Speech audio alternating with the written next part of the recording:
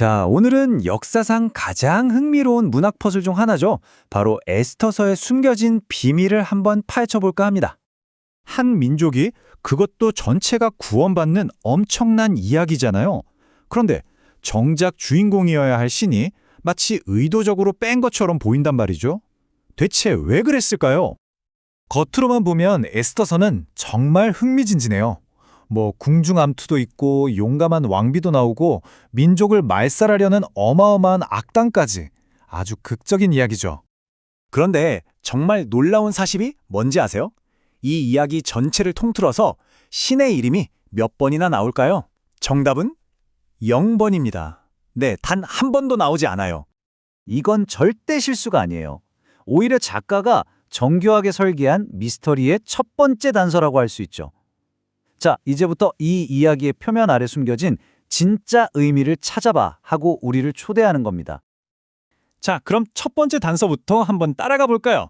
이 단서는요, 이야기 속에 있는 게 아니라 당시의 역사적 배경, 특히 이 변덕스러운 왕을 둘러싼 상황 속에 숨어 있습니다.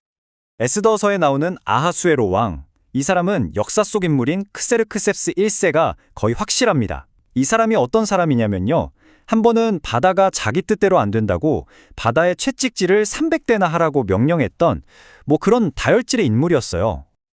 자, 이 타임라인을 보면 이야기의 숨겨진 맥락이 보이기 시작합니다. 이야기 초반에 그 엄청나게 화려한 파티 있잖아요. 그게 그냥 파티가 아니었어요. 바로 그리스 침공을 위한 일종의 군사작전 회의였던 거죠. 그리고 성경에 아무런 기록이 없는 그 4년의 공백기, 바로 이 시기에 크세르크세스가 역사에 남을 끔찍한 대패를 겪게 됩니다. 이게 왜 중요하냐면요, 에스더가 마주해야 했던 왕이 막강한 권력을 가진 승리한 황제가 아니었다는 뜻이거든요. 오히려 전쟁에서 지고 돌아온 굉장히 불안정하고 의심 많은 패배한 사령관이었던 겁니다. 이런 상태니까 어때요? 주변 신하들의 말에 쉽게 휘둘릴 수밖에 없었겠죠. 자, 이제 두 번째 단서로 넘어가 볼게요. 이번에는 이야기의 구조 자체를 들여다볼 건데요. 이 책은요, 정말 기가 막히게도 완벽한 거울처럼 설계된 하나의 문학작품이라고 할 수 있습니다. 이걸 교차대구법이라고 부르는데요. 좀 어려운 말 같지만 간단해요. 이야기의 전반부에서 일어났던 모든 일이 후반부에서 마치 거울에 비친 것처럼 순서대로 완벽하게 뒤집히는 구조를 말합니다. 마치 문학적인 부메랑 같다고 할까요? 악당 하만이 권력의 정점에 올라서 유대인을 죽이라는 끔찍한 명령을 내리죠.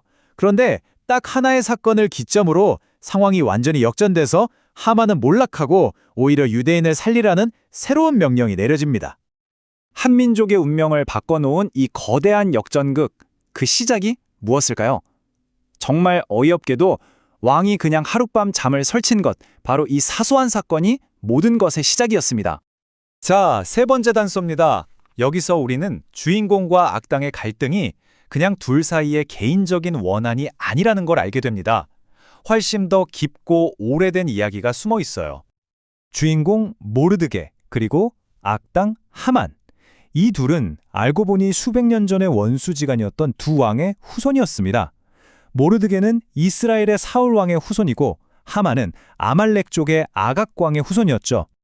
그러니까 모르드게가 하만에게 절하기를 거부한 건 그냥 네가 싫어서가 아니었던 겁니다. 이건 수백 년간 이어져 온 민족 간의 전쟁, 자기 조상인 사울 왕이 끝내지 못했던 그 싸움을 마무리 짓는 행위였던 거죠. 자, 이제 모든 단서가 모였습니다. 패배한 왕, 완벽한 거울 구조, 그리고 오래된 민족의 원환. 이 조각들을 한번 맞춰볼까요? 과연 사라진 신의 퍼즐은 어떻게 완성될까요?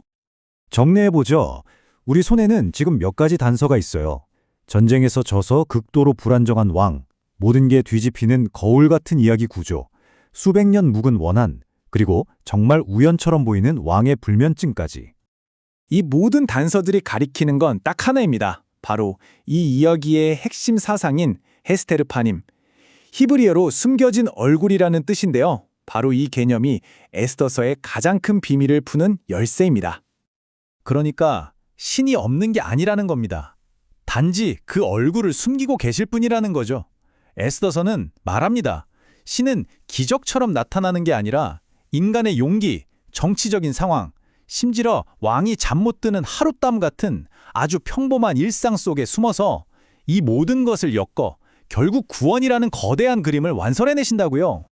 이 놀라운 역전의 이야기는 지금도 불임절이라는 축제로 기념되고 있는데요. 이 이야기는 마지막으로 우리에게 기억과 정의에 대한 아주 심오하면서도 역설적인 질문 하나를 던집니다. 악을 완전히 없애기 위해서는 아이러니하게도 그 악을 먼저 기억해야 한다는 것. 이게 바로 에스더서가 우리에게 던지는 마지막 메시지입니다. 한번 생각해 보세요. 어떻게 악을 기억하는 것이 오히려 증오를 이기는 힘이 될 수 있을까요?